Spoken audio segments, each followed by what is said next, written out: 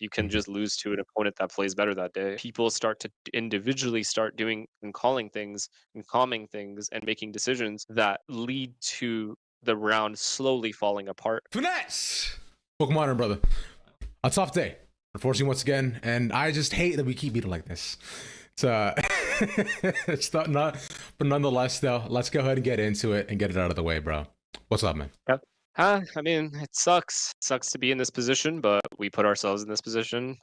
Didn't execute the way we should be doing with the talent that we have on this roster. And for me, I personally had a bad game, which sucks. It's very hard to, find any positives right after a game. You kind of have to look back and see what happened. But yeah, not doing too well, but it is what it is.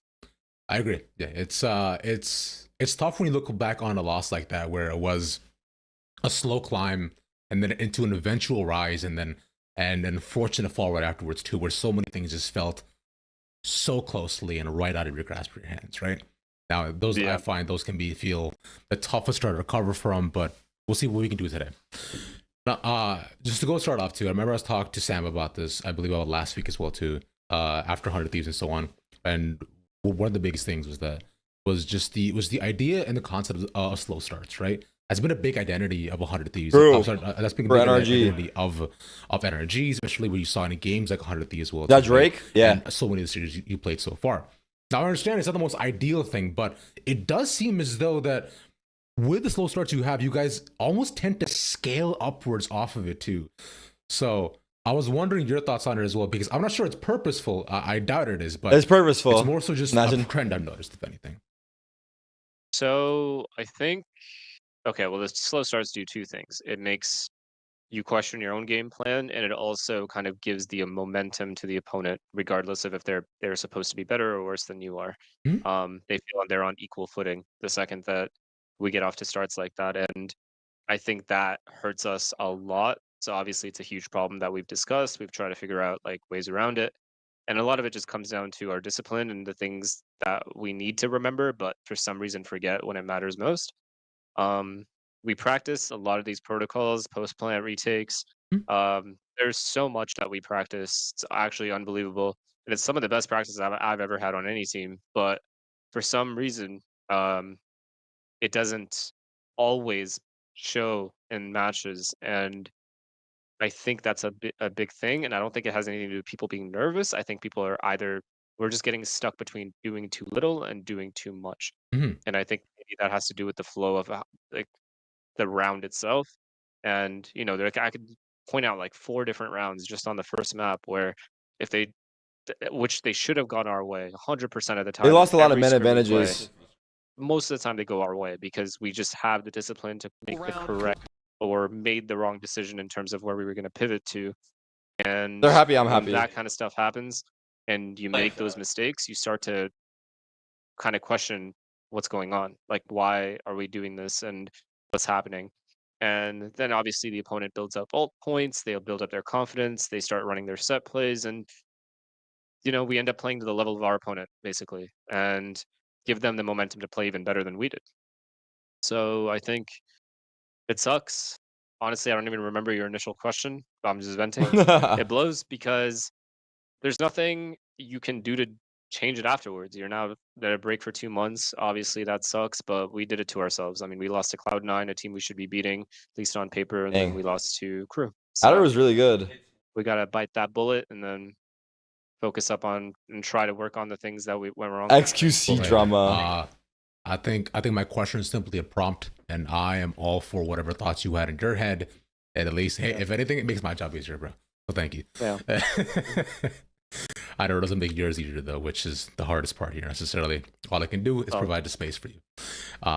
Nonetheless, aside from that though, is you did allude to it a little bit too, and it's something that I personally warned about as well, where that's one thing I've heard pretty consistently off of every single one of your teammates, right? Is the practice specifically has been some of the best because it's not as though you guys are unnecessarily ramming your head into 12 hours a day, right? You guys practice in the most effectively way possible, right? Which is like it's 5 hours good, clean, your focus, you're locked in too. And you mentioned how it's going extremely well for you all too. And is it is it just a matter of translation over what you get done there to what's being done in front of our eyes, or is there a gap we're missing, you think? Truthfully, it's hard to point out before watching the VOD itself, but just based off the rounds I remember we messed up, it obviously is a translation issue. I just don't know how to even go about trying to fix that, because it genuinely just comes down to team synergy, the confidence players have in themselves, the decisions they end up making. And I think there are certain scenarios that we've gone over like That's a fire 50 line. times and talked about, and then don't end up doing it. And for some reason, it always comes down to like, why didn't we do it? Like, it just makes no sense. Why did we do this instead? Why are we peaking like this? Why are we 1v1ing? Why Those is are no one saying stats. anything? Why are we pivoting here? It's just a lot more questions than we have answers. So I mean, this is what happens when you lose. Like, Even the 161. Valorant's a game Big. where you can lose regardless of how well your practices are going or what kind of form you're in. You can just lose to an opponent that plays better that day. And True. today, Crew just played better, so I don't want to take anything away from them. But it's pretty inexcusable for us to be in this position, for our organization, for our fans who expect way more from us, and even for us who expect a lot from each other. So it's just disappointing to be in a situation where a lot of our practices don't translate. Yeah, Tough, yeah. I understand the wholeheartedly, right? Where it's like, it's just you've seen the the power, I would say, just the talent, and I think more so just the potential. Good. That I find that everybody has exclaimed that this roster could have, that this team could have, that you could have and have had, right? Like the things you guys have all managed to get done, which is incredibly impressive, right? And I find your resume and your pedigree precedes you. But it is truly a travesty to be landed here today once again.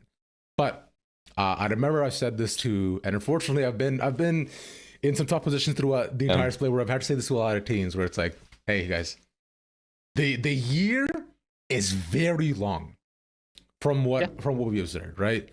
And that's and unfortunately Kickoff is the most unforgiving format within Valorant as of right now. Is the manager? Which is just shit.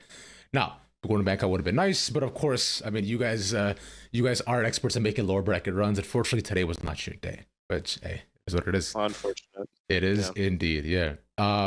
One thing I was curious about personally was that you've had to make a lot of comebacks, right? The split already, and generally throughout your entire career as well too.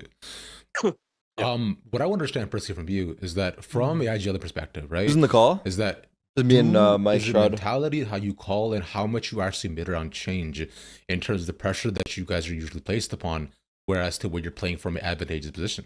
You definitely gain momentum when things are going your way, and I think that's a big confidence boost for my calling because I'm a lot more assertive in what I'm saying, and maybe my voice tone is a little bit different, I would assume, just based off how I'm saying things. But so yeah, I think that's a natural thing. But if I'm in a disadvantageous position, I still think I'm good at figuring out what's happening and trying to solve the problem, which is what I love about esports and competing in the first place is you have to solve a problem every single round and try to outplay to the best of your ability. And I think it just comes down to, like, I think that for me is the beauty of the game. More of a threat than last time to you guys? Eu acho que vai ser uma partida interessante. Oh, we didn't hear the question, sorry. Como você disse, é uma revanche, os caras estão querendo ganhar e perdeu tá fora. Mas aquilo que eu falei antes, eu não me importo com eles, a gente tá bem preparado. E o que vier pra eles é bala, é isso.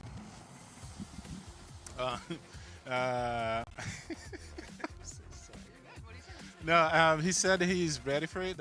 It's going to be a very interesting match. Of course, that sounds like a comeback for them, but you know, I don't really care about it. I'm just prepared to give them a bullet. Good. Best of luck. How are you? Yeah, I like it. I like this necklace too. This is nice. This is prepared to give them a bullet. And on top of that, I want to take that chain. I think I'd rock the hell out of that, personally. You think so? I got mine. Yeah. Got it. Okay. All right, let's relax there. Okay, this guy clearly gets paid too much. All right, well, look, Digit's right. He was talking about this, right? He wants to, he's confident. He's going to pull a bullet in the head. He's ready to go. So if this is the case, right? I'm assuming you're going to really be leaning on Digit in this. I think he's trying to fix his stream. I think he's having some technical difficulties right now. And primarily with the operator. Look at that, 50% of rounds on We'll come defense. back to this He's rocking the if we want to the interview, but we can are winning check out these early this rounds. They're making sure he has enough money to purchase analysis that up in round 3 or round 4. we're gonna start soon, I He's been guess. absolutely crushing with that. Let's keep it going. Fuck it. It's kind I of do what I soothing. do as an IGL. Kind of soothing to but, listen to. You're gonna have days like this where things genuinely just suck completely, and there's nothing that you can do about it. There's nothing anyone can say to you to make you feel better about it. It's just there's no real excuse for it either, because your practice is going so well, and you're doing everything right. It feels like you're doing everything right. So that's again the beauty of the game. You just still can lose regardless of what situation you're in, who you are. You can still lose at any given day where things don't See that MIBR tweet? Can you link work it? out the way I'm not that signed to you Twitter. like, even on like 1 or 2 rounds, and then snowballs. So yeah, just going back to my calling style, I think it does sort of change. I try to play a little bit. I just try to figure out what's happening every single round and try to figure out the best solution to the problem, or try to predict what the opponent's going to do next based off what they did previously. I would say that's a lot easier when you're in an advantage, because you're just so confident in your next call because you feel like you're reading them. But yeah, we've been putting ourselves in too many of those disadvantageous positions, and some of it's unlucky, to be honest. Like, for example, Adam, I think two of my teammates got spammed before fucking barriers went down, bro. Like, yeah, they got spammed a lot. like, come on, like, run around, that kind of stuff happens, and so yeah. But to be fair, it's inexcusable. I mean, it is what it is. Obviously, there's something that we need to do differently. Routine-wise, maybe, I don't know what it is, but these slow starts, obviously we understand that these slow starts can't continue, and there's no real excuse, but we are doing everything we can to remedy the issues. Yeah, I remember there was that half on Bind where there was Adam had probably the unluckiest like half, bro. Like, which is you got timed out, but thank you for the link. Yeah, that just fucking sucks. Like you just can't do anything about it. You're playing 4v5, like a minute, and then you're like, well, shit, I guess. Like winning the pistol because they didn't defuse in time, and then getting ecoed immediately after that when we have a huge advantage in the eco round, and these kinds of things just genuinely should not be happening. But he also had a good match. My team is drilled. So it doesn't hit as hard. This would have hit hard if he had a bad match. And I think a lot of it just he had the comes most down kills to in our the server. discipline and Yeah, matches. I think sometimes we feel it would like have hit hard if he had a bad match. I don't know if this is true because I'm not going to speak for my teammates, but what was the sometimes head-to-head? Let me see. it feels like we are so confident in what we're doing that people start to individually start doing and calling things and calming things and making decisions that lead to the round slowly falling apart. And sometimes it works out, sometimes it doesn't. 12-13, pretty we have a even. lot of set things that we can fall back on, which feels like a lot of the times we don't fall back on those things. And are you in Shroud's house? Why not? It just comes down to being disciplined and understanding that every opponent is strong as hell, and you have to treat. It's not even that we're underestimating. It sounds like what I'm saying is we're underestimating the opponent, but it's more the decisions that are so confident. Like, okay, fight this now, fight this now, fight this. Even though we're doing it together, a lot of the times it's necessary to play the post plan out. And the decisions that we're making are so overly aggressive because my teammates are just so confident in themselves. And, most of the time that's not an issue. But in this case, it definitely bit us for sure. Yeah, it became interesting. Who's taking care of Nabi? Nabi's a grown man. He's taking care of himself. Come on, buddy. Yeah, everything's going wrong today. Yeah, tough. Grown man living off another man's wealth? Why not? I remember I did try to ask about people. Got a roof above my head, food on the table. What more can I ask for? I wanted to ask people on what they perhaps wanted to ask as well. A lot of it was on like, stuff about changes and calling and so on too, which I felt was like that's all fine and done and that'll be seen. But one thing that I noticed a trend of was that people constantly just rag on you for, and I've been harping on you for since last year. I remember has been like, as has been like your KDA, your ability to perform in games, right? I don't necessarily care about how well you manage to do, right? It's like, but then also mine is like, do you think just the amount of like I find backlash and criticism, or even just news you get about it too, is it fair? Yeah, I mean, I compete, and anyone who competes and doesn't perform will get criticized. And then that might be through memes, that might be through, you know, people just genuinely hating you because they're a fan of the team and they want them to succeed or whatever. That's just gonna happen. And I think I've proven that, to me, okay, is more like I don't take it personally because it is what it is. Like, I think anyone that's a fan of a team or whatever wants to see them do well, and then when they see a specific player underperforming, they're going to say something about that player, whether that's like, oh, cut them or find someone else, whatever. And I think that those are very, I think that's pretty normal. I don't take a, like, it sucks to see, but I mean, what am I going to do about it, right? Just got to play better. So like I said, there's no excuses to be made for example, my performance today. Here we go. Just couldn't get into it at all. Thank you, Finesse, for filling in my dead air time. I think it's a good interview, though. Good interview, chat. What do you guys think? I feel like it's good insight.